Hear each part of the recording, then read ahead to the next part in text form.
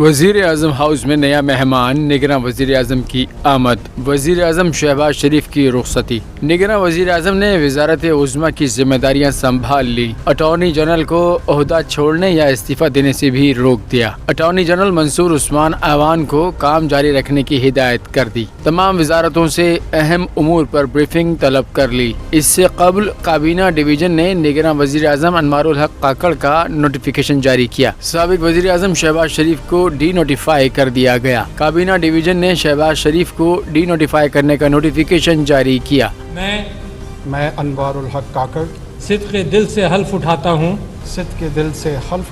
نگراں وزیر اعظم انوار الحق کاکڑ نے آج ہی اپنے عہدے کا حلف اٹھایا تھا۔ ایوان صدر میں منعقدہ تقریب حلف برداری میں صدر عارف علوی نے انوار الحق کاکڑ سے حلف لیا۔ میں خلوص نیت سے پاکستان کا حامی اور وفادار رہوں گا کہ میں خلوص نیت سے پاکستان کا حامی اور وفادار رہوں۔